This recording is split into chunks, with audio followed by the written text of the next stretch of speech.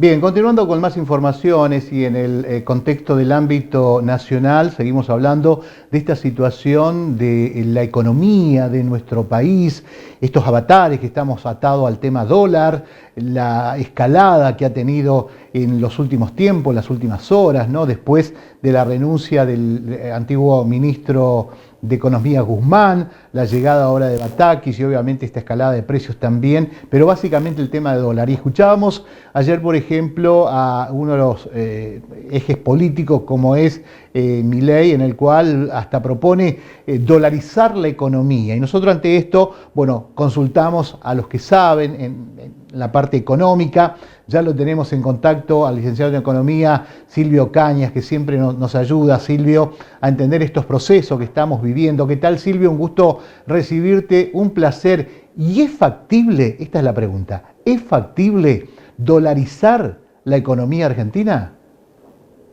Hola Mario, buen día a toda la audiencia. Bueno, una pregunta un poco complicada, ¿no? Complicado, En claro. realidad, como factible, podría ser factible. Ujú. ¿Serviría para algo?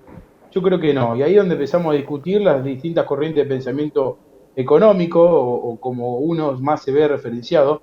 Y es lo que nos diferencia con este personaje de Milei que vos recién nombrabas. Sí. A ver, ¿por qué yo creo que no serviría o por qué a mi entender no es una buena decisión dolarizar la economía? Porque para recordar y un poco hacer memoria, nosotros podemos, como cercano y en nuestro país, podemos hacer mención a la década del 90.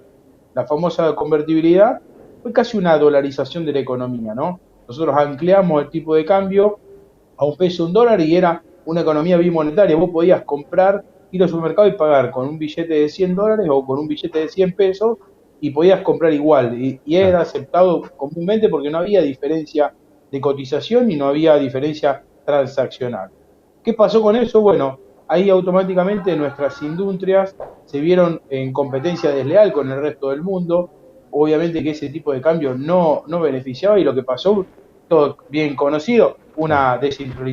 se desindustrializó la economía argentina, se perdieron muchas industrias, tuvo que hacer un cambio de política económica fundamental y obviamente lo que pasa es lo que pierde y una de las principales cuestiones que hoy se critica, pero es Ujú. bueno, es el famoso señoriaje, es esa posibilidad de emitir tu propia moneda más allá de lo patriótico, ¿no? De uno dice, yo pierdo la soberanía, todo eso, la parte política o filosófica lo dejamos, pero sí hablamos acá del señoraje, que es la posibilidad de emitir dinero.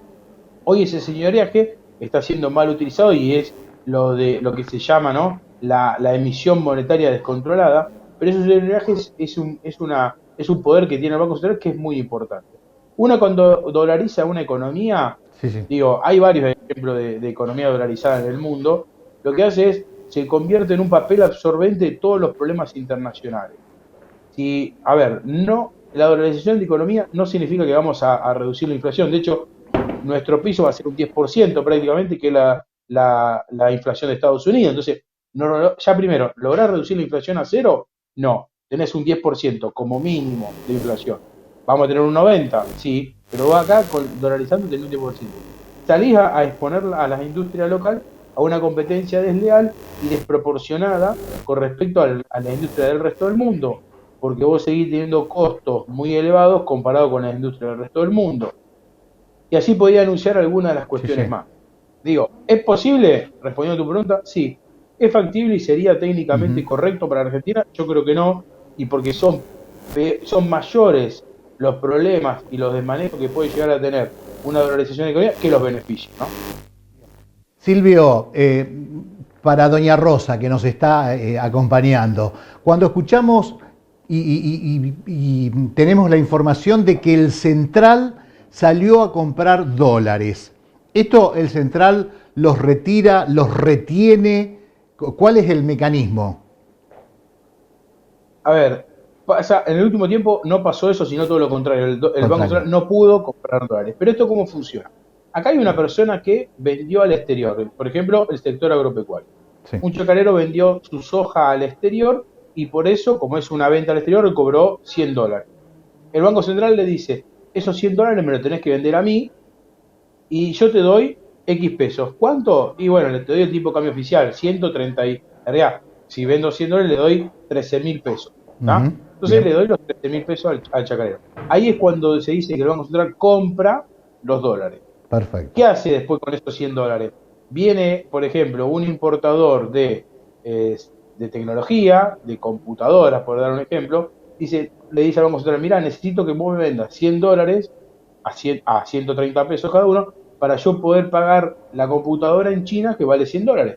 Entonces el central le vende Le los vende. dólares al importador y con eso y se queda con los pesos, esos 13.000 pesos del importador. ¿Qué pasó ahí? En esa economía, el Banco Central se quedó sin dólares. Vendió, primero le compró al chacarero los $100 y después se lo vendió al importador.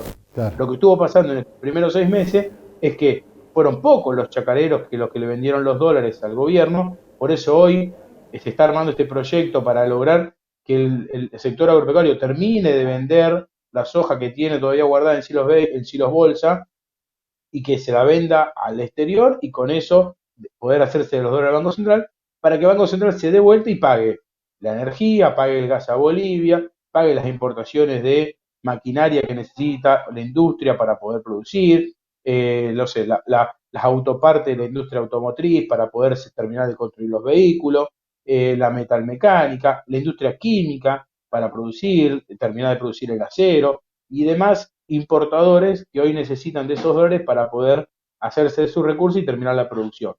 Entonces, creo que la semana pasada se habló mucho de esto, de que el agro es real. Primero le apuntaron al turismo y que era el turista quien estaba sacando la materia prima a la industria. Era por este mecanismo, ¿no? Porque el turista requiere dólares para poder pagar los viajes en el exterior y esos dólares no son destinados para la industria que necesita los recursos del extranjero. Digo, esa es la mecánica como el Banco Central compra y vende esos dólares y cómo se hace de la moneda extranjera y que la diferencia, cuando por ejemplo el chacarero vende $200, se los compra el Banco Central y después la industria solamente le vende 100, ahí es donde dice que se incrementa la reserva en $100. Ese es el stock que va Bárbaro. haciendo de reserva. Que eso Bien. también sirve después también para prestarle los dólares, por ejemplo, al gobierno para que pague la deuda externa. Entonces, la sábana hoy es corta porque el sector agropecuario, que es prácticamente el único sector que es y que trae los dólares, que ingresa los dólares por las ventas de sus productos, y del otro lado tenemos el turismo, tenemos la industria y tenemos el mismo Estado, que son los demandantes de esos dólares que hoy no hay tanto y que no acundan tanto en la Reserva Banco Central. Silvio, por último, y ya te desafectamos porque nos estás dando ahí una clase para entender el tema del dólar, la gente que nos está acompañando. Hoy a la mañana me decía un muchacho que trabaja y dice, che, pero yo cobro en pesos, ¿por qué me afecta a mí que sube el dólar en los precios? Yo voy a pagar y a mí, ¿por qué me afecta subiendo el dólar? ¿Por qué me afecta a mí que cobro en pesos? Vamos a hacer un ejemplo muy práctico. A ver, El gobierno hoy le está pagando a los chacareros, que decíamos ejemplo, vende una tonelada de maíz y le paga 130 pesos por cada dólar que exporta, menos las retenciones. O sea que el chacarero cobra 90 pesos por cada dólar que exporta. uh-huh, Ahora el chacarero dice, che, yo no te vendo más, me está pagando muy poco, quiero que me pagues más. Entonces ahora el proyecto es que el gobierno le empiece a pagar 140 pesos. ¿Qué pasó? En Entre Ríos tenemos una industria avícola que consume soja, pele de soja, consume maíz para alimentar a los pollos. claro. ¿Tá? Entonces, hoy el productor este de Entre Ríos le estaba pagando, igual que le pagaba al gobierno la tonelada, le pagaban Sí, 90 pesos.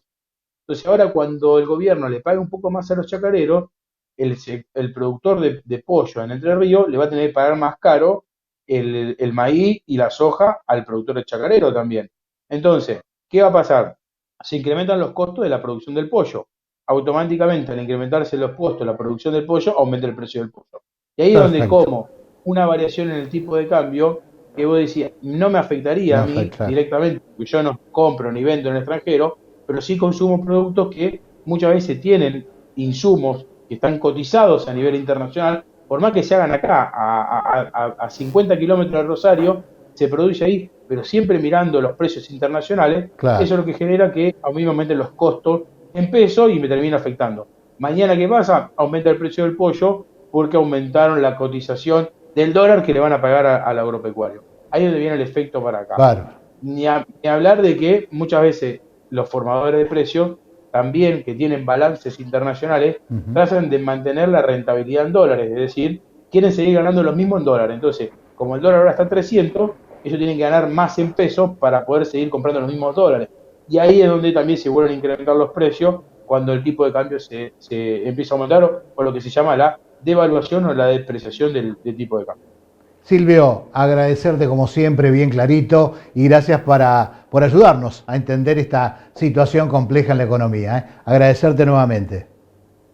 A disposición, como siempre. Veamos ahora se empieza a ver, creo que todos los días el tema del dólar va a ser una noticia que va a salir frecuentemente. Veamos el tipo de cambio, se están ajustando ya cada vez más, hay más tensión devaluatoria, lo cual hay que esperar un aumento de tipo de cambio en los próximos días. Seguramente va a haber anuncios en ese sentido. Sí. ¿Hoy cuánto abrió?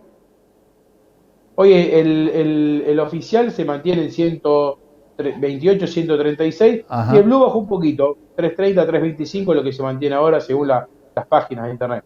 Pero no baja de 300, que es un número que asusta mucho y genera tensión a ese 136 del tipo de cambio oficial.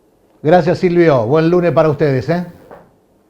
A ustedes, a disposición, Mario. Gracias. La palabra del licenciado en Economía, Silvio Caña, analizando esta situación y si es factible la dolarización de nuestra economía.